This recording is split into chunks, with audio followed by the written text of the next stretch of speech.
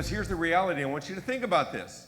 Being really, really good at what you do just gives you permission to do business in the marketplace. Your competency is not a competitive advantage. It's the entry fee.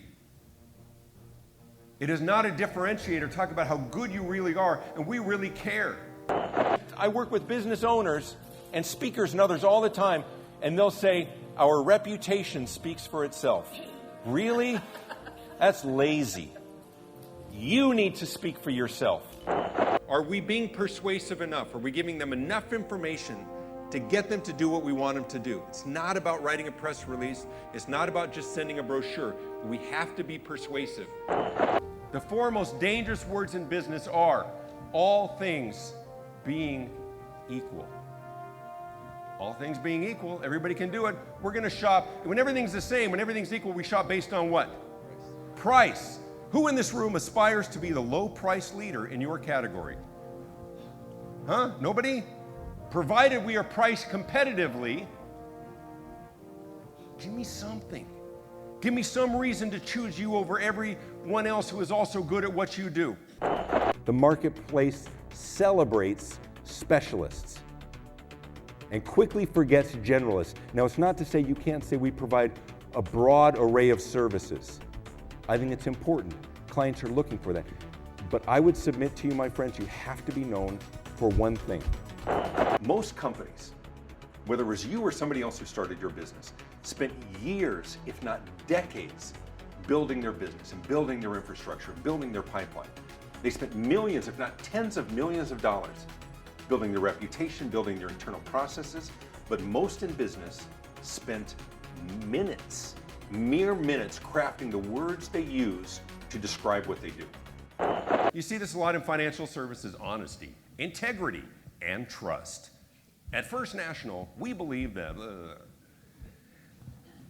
you're touting that you're not going to cheat me and that you're going to be honest. Should this not be a given?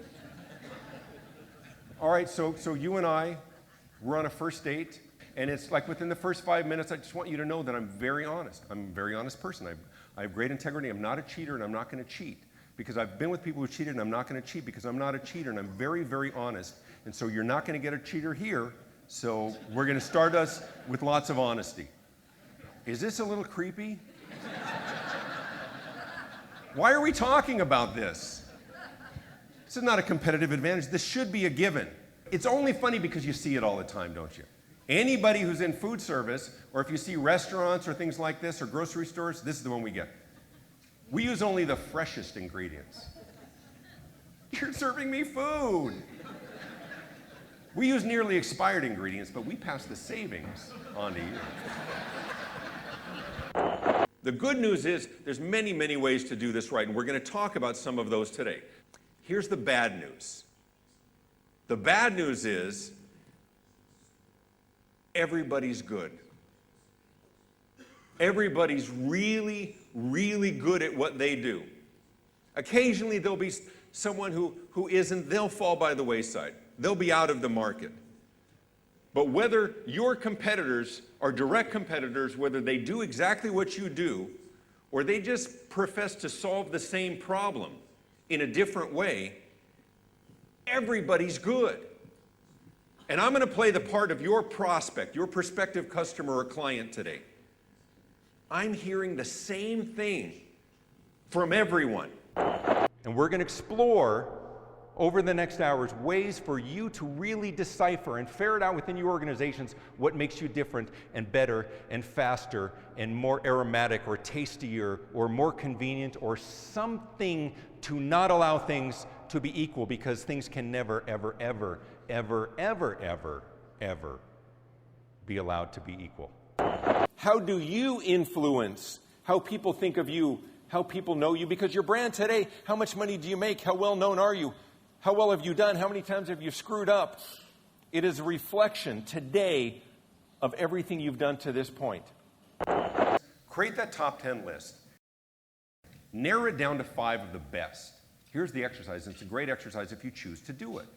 5 great verbal assertions that are persuasive and meaningful. And you type it up, and you shrink it down, you laminate it, and you stick it to every phone in your company.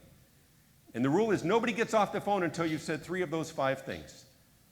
In conversation, we begin to educate the marketplace.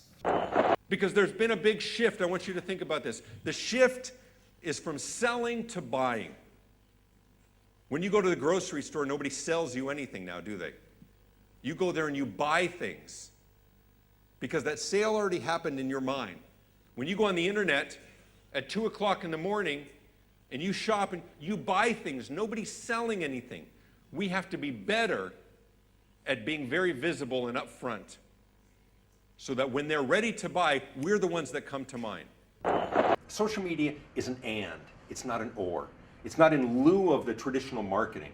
There's a wonderful new opportunity with social media, but we're not quite sure how best to use it. I ask audiences all the time, I say, how many people are using social media to build their business? Most of the hands go up.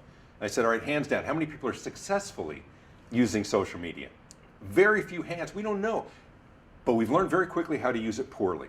And it's both ends of the spectrum, right? It's from the mundane to the offensive.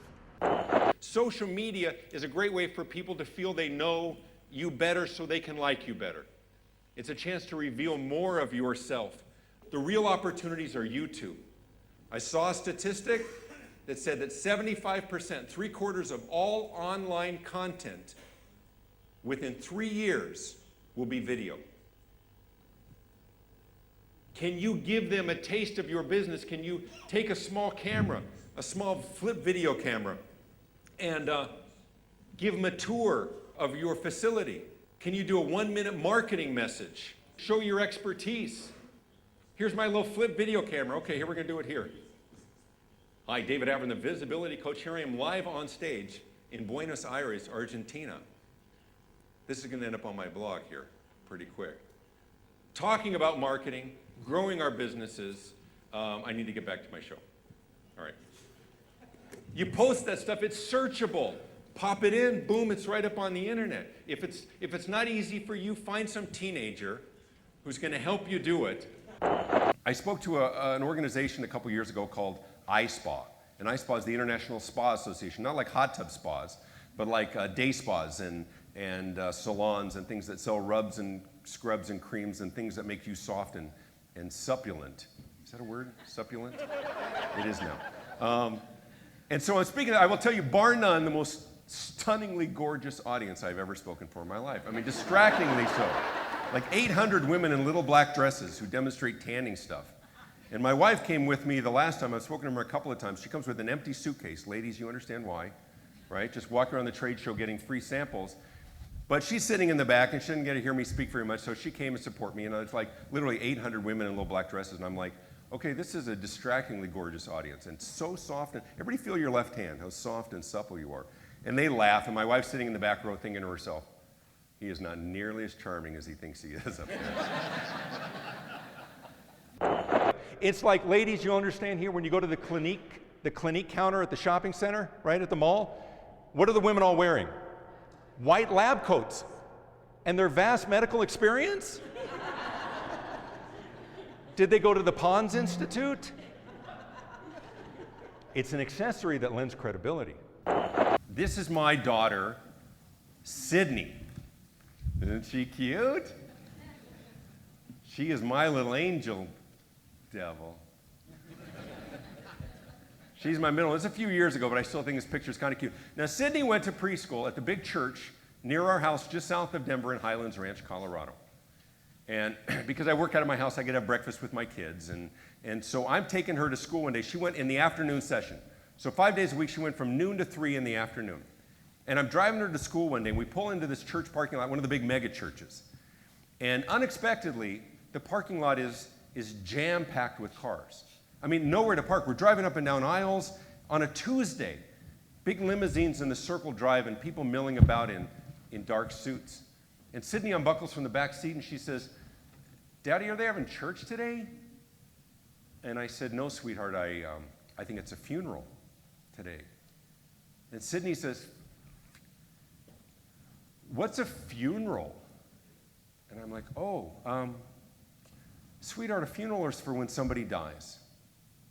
And all the people that know them and love them, they gather together at their church or their synagogue, and they take turns going up on stage. And And they kind of talk to everybody. And they talk about how much they love them and how much they're going to miss them, what a really, really special person that they were in their heart. Now, Sydney looks very, very confused, and she looks at me and she's like,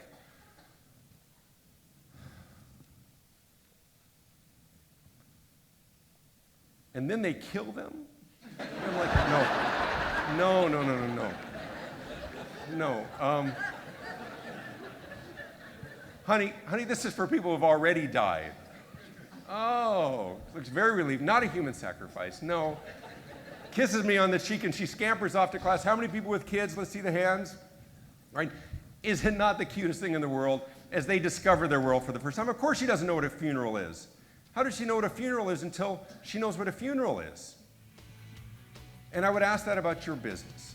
How do they know, not just that you're talented and that you're qualified and that you're a good choice, but how do they know what truly makes you remarkable? How do they know that you're a better choice? Until you take the time to do the deep dive. Till we really take the time to craft those words and those claims and those assertions and remind people on a very regular basis. Make sense? And so my time is up. I cannot tell you what a great honor it is for me, a great privilege for me to travel from the United States to come and visit in your beautiful country and in a language that you don't speak. You were very patient with me, and I greatly appreciate your time. Have a wonderful day. Thank you very much. Thank you.